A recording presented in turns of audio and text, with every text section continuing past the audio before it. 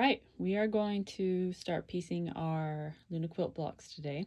So I've got all my fabric here, and I actually have both of my quilts worth of fabric here.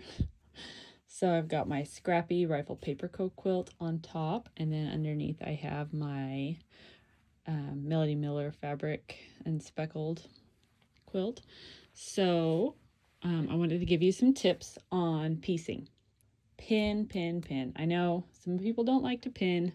Definitely recommend pinning. There's not going to be seams to match up when we sew these together, but it is really nice if when you sew them, the top of your fabric and the end of your fabric end in the same place. And especially if you're a newer quilter, that's not going to happen 100% of the time, but it's really nice when it does, and pinning will increase the chances that it will. So I'm going to show you how I like to pin my blocks, and I'm going to give you some tips for pinning. Okay, tip number one, I like to have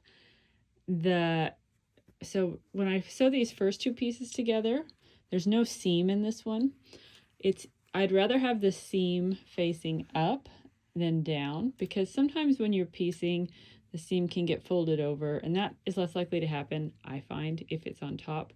So in the future, when I sew like these two together, there's two seams, it's a wash there. It doesn't matter. So, but for this first one, I will have the seam facing up. Second tip, when pinning, pin at the beginning. I like to place my pins like that. You can do it however you want. Pin at the end.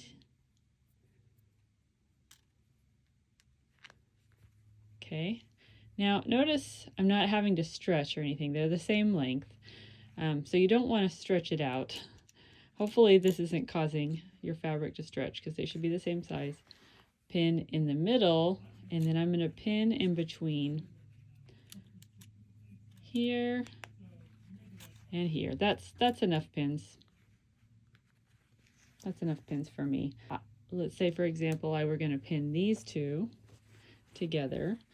Sometimes I will pin at the end here.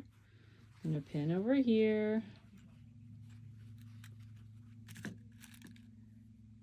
I'm going to pin in the middle, and if it's not inconvenient, like to place a pin anytime that there's a seam, and I have it go kind of at a 45-degree angle here like this, and I have it go into one.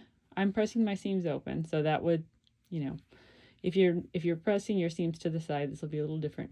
I have it go in one and out the other, and it helps keep the seam from getting folded over when I'm piecing. So here's another one where the seam is on the bottom, and I'm going to do the same thing.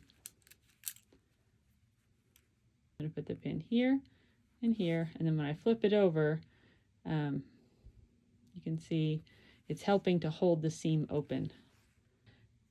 If you press to the side, when you put your quilt top together, these seams will nest. So I personally find it easier to match seams if they are pressed open, but not everybody feels that way. So that's one of the reasons I like to press open.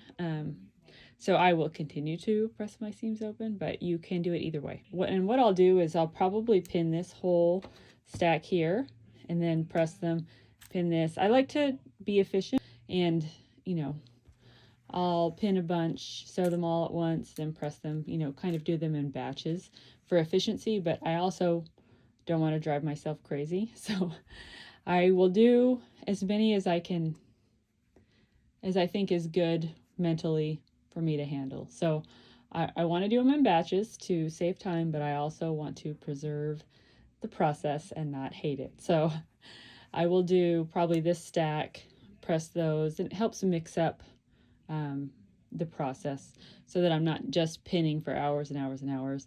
I will pin for a while, and then I'll sew for a while, and then I'll press for a while, and then I'll go back to pinning. It helps keep it interesting for me. So that is what I'm going to do.